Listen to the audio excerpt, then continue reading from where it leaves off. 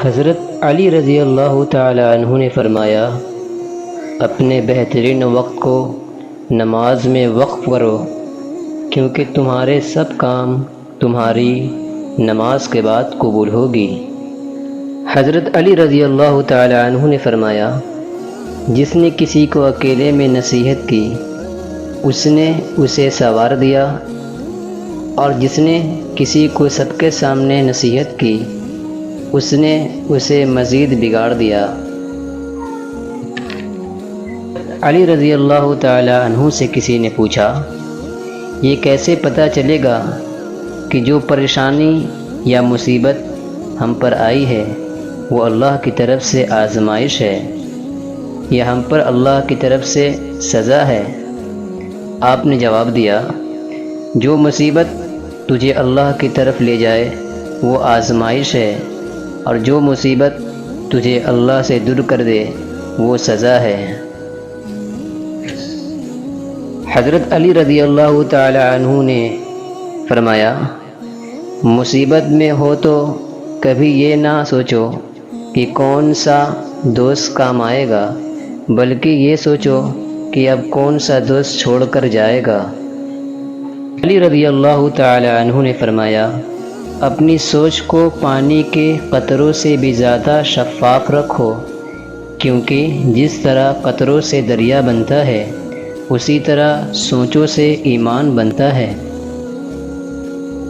علی رضی اللہ تعالی عنہ نے فرمایا، زبان کا وزن بہت ہی ہلکا ہوتا ہے، مگر بہت کم لوگ ہی ہیں سنبھال پاتے ہیں۔ حضرت علی رضی اللہ تعالی عنہ نے فرمایا، رشتے خون کے نہیں احساس کے ہوتے ہیں، اگر احساس ہو تو اجنبی بھی اپنے ہو جاتے ہیں، اگر احساس نہ ہو تو اپنے بھی اجنبی ہو جاتے ہیں۔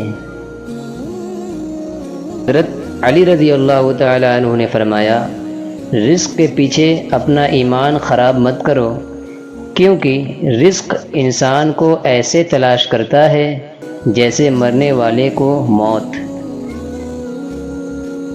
رضی اللہ تعالی عنہ نے فرمایا، تمہارا ایک رب ہے پھر بھی تم اسے یاد نہیں کرتے، لیکن اس کے کتنے بندے ہیں پھر بھی تم کو نہیں بھولتا۔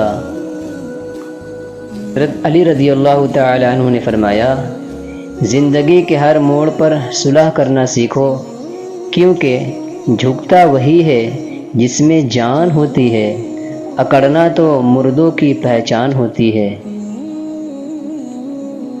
انہوں نے فرمایا، حق بات کی پہلی نشانی ہے، اس کی مخالفت ہوتی ہے، جس کی کوئی مخالفت نہیں وہ قطعاً حق نہیں۔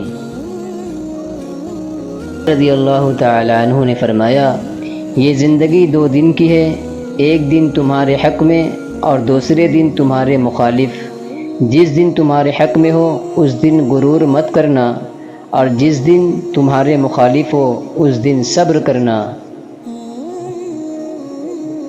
فرمایا، جو شخص تمہارا غصہ برداشت کر لے اور ثابت قدم رہے تو وہ تمہارا سچا دوست ہے۔ تعالی عنہ نے فرمایا، اگر انسان کو تکبر کے بارے میں اللہ کی ناراضگی اور سزا کا علم ہو جائے تو بندہ صرف فقیروں اور غریبوں سے ملے اور مٹی پر بیٹھا کرے۔